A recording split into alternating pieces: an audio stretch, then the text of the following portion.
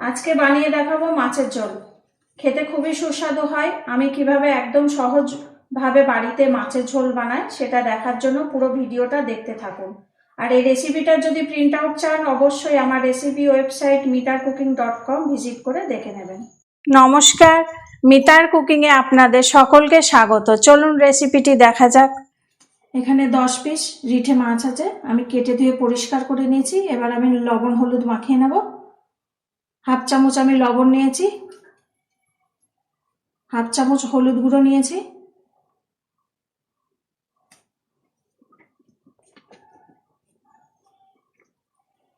মাছের লবণ হলুদ ভালো করে মাখিয়ে নিয়েছি আমি। এটা এখন 15 মিনিট আমি রেখে দেব। মাছ ভাজার জন্য এবার কড়াইতে তেল দিচ্ছি। 4 চামচ মতন তেল দিয়ে দিলাম, আপনারা আপনাদের মতন তেল দেবেন। তেল গরম হয়ে গেছে, এবার আমি মাছ দিয়ে দেবো।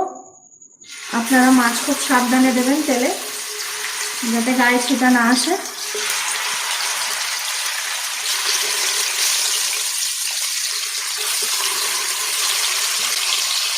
এবার আমি ঢেকে দেবো, কারণ এই মাছটা খুব ফোটে, গায়ে ছিটা আসবে, এই জন্য আমি ঢেকে দিলাম। ঢাকনাটা এবার আমি খুলবো।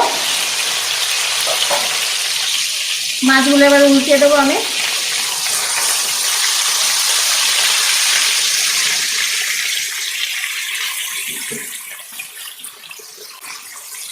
আরেক পিঠটা হোক ভাজা, সবগুলো ভেজে আপনাদের দেখাচ্ছি। মাছ ভাজা হয়ে গেছে, আমি এখন মাছগুলো তুলে নেব। মাছ ভাজা হয়ে গেছে, আমি বেশি কড়া করে ভাজিনি, বেশি কড়া করলে তাহলে সিদ্ধ হতে চাইবে না। এবার আমি রান্নাটা শুরু করব। এখানে আমি 3টে পেঁয়াজ কুচি করে নিয়েছি, এটা আমি এখন তেলে দিয়ে দেব।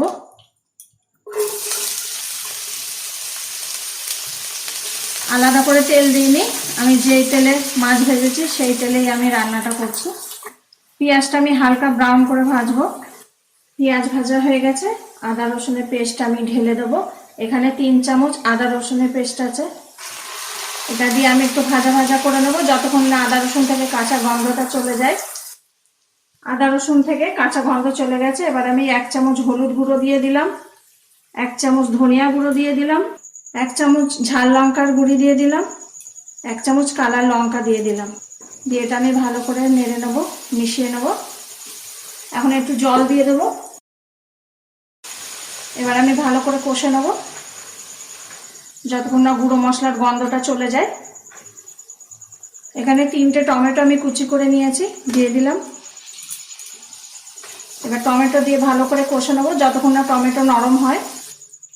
1 চামচ লবণ দিয়ে দিচ্ছি।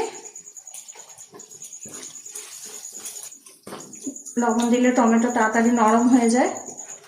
টমেটো নরম হয়ে গেছে, মশলা কষা হয়ে গেছে, মশলা থেকে তেল ছেড়ে দিয়েছে। এবার আমি জল ঢেলে দেবো।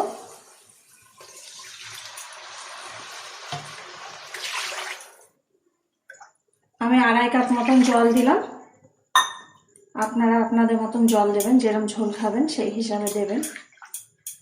ফুটে উঠলে আমি মাছ দিয়ে দেবো। ঢেকে দিলাম আমি।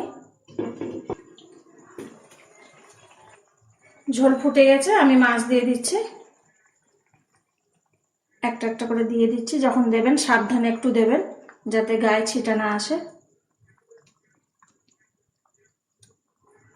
উপর দিয়ে আমি লঙ্কাও দিয়ে দিলাম, কাঁচা লঙ্কা। এবার আমি ঢেকে দিচ্ছি। আমি এটা এখন 10 থেকে 15 মিনিট ঢেকে রেখে দেবো। ঢাকনাটা আমি খুলছি। তরকারিটা প্রায় হয়ে এসেছে, এবার নামাবো। তার আগে আমি ভাজা জিরে গুঁড়োটা দিয়ে দিলাম। আমি কাঁচা জিরে দিইনি, যদি আপনারা চান কাঁচা জিরে দিতে পারেন, আমি ভাজা জিরে দিয়েছি, খুব ভালো লাগে ভাজা জিরেটা। এটা 1 চামচ জিরে ছিল, ভাজা জিরে। এবার গ্যাসটা বন্ধ করে দিলাম। ওপর দিয়ে আমি ধনেপাতাটা ছড়িয়ে দিলাম। 1 চামচ মতন ধনেপাতা আছে এতে। দেখুন রান্নাটা হয়ে যাওয়ার পর এইরকম দেখতে লাগছে।